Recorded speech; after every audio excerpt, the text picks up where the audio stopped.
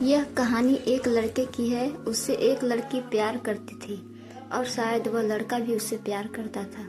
वो लड़की लड़के के पड़ोस में रहती थी और दोनों एक दूसरे को अच्छे से जानते थे। लड़की के हाव भाव से लड़के को पता चल गया कि लड़की उससे पसंद करने लगी है और कुछ दिनों बाद एक दिन लड़की ने लड़के से अपने प्यार का इजहार कर दिया। लड़का भी उससे प्यार करता था, लेकिन वह लड़की से कभी नहीं कह पाया क्योंकि वह डरता था कि कहीं लड़की ने मना कर दिया, कहीं वह नाराज़ हो गई तो वह क्या करेगा। इसलिए उसने कभी नहीं कहा और जब लड़की ने अपने प्यार का इजहार किया तो लड़के ने भी एक्सेप्ट कर लिया और अब दोनों एक हो गए। अब दोनों एक दूसरे से रोज़ फ़ोन पर बात करने लगे। कुछ महीने तक ऐसे ही चलता रहा और एक दिन लड़के ने लड़की से कहा, मैं तुमसे शादी करना चाहता हूँ। तो लड़की ने भी हाँ कर दी, लेकिन शादी के लिए दोनों को अपने घर वालों को मनाना था। लेकिन उससे पहले ही लड़के की माँ को उनके बारे में पता चल गया, पर लड़के की माँ ने कुछ नहीं कहा, उन्होंने इग्नोर कर दिया।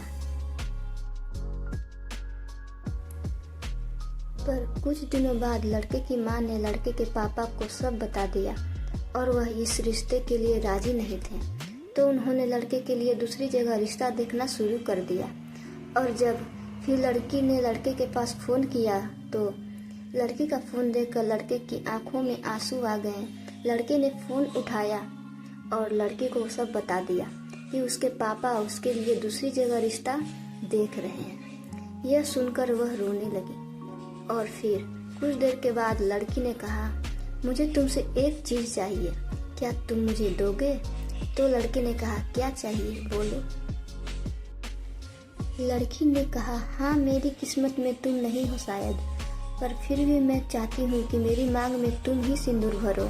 हम साथ रहें ना रहें, पर मेरी मांग में मैं तुम्हारे नाम का ही सिंदूर चाहती हूँ।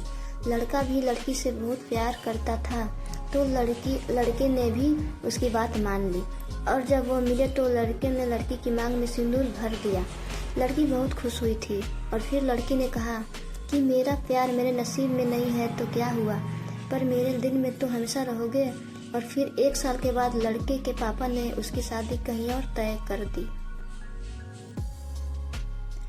कुछ समय के बाद शादी का दिन आ गया तो लड़का अपनी शादी का कार्ड देने लड़की के पास पहुंचा और जब दोनों ने एक दूसरे को देखा तो दोनों की आंखों में आंसू आ गए।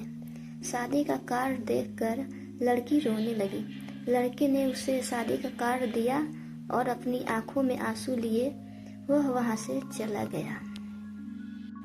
शादी के दिन लड़की उसकी शादी में गई और दोनों एक दूसरे को देखकर उदास हो गए। लड़के की शादी हो गई, पर 2 दिन बाद लड़की ने लड़के के पास फ़ोन किया।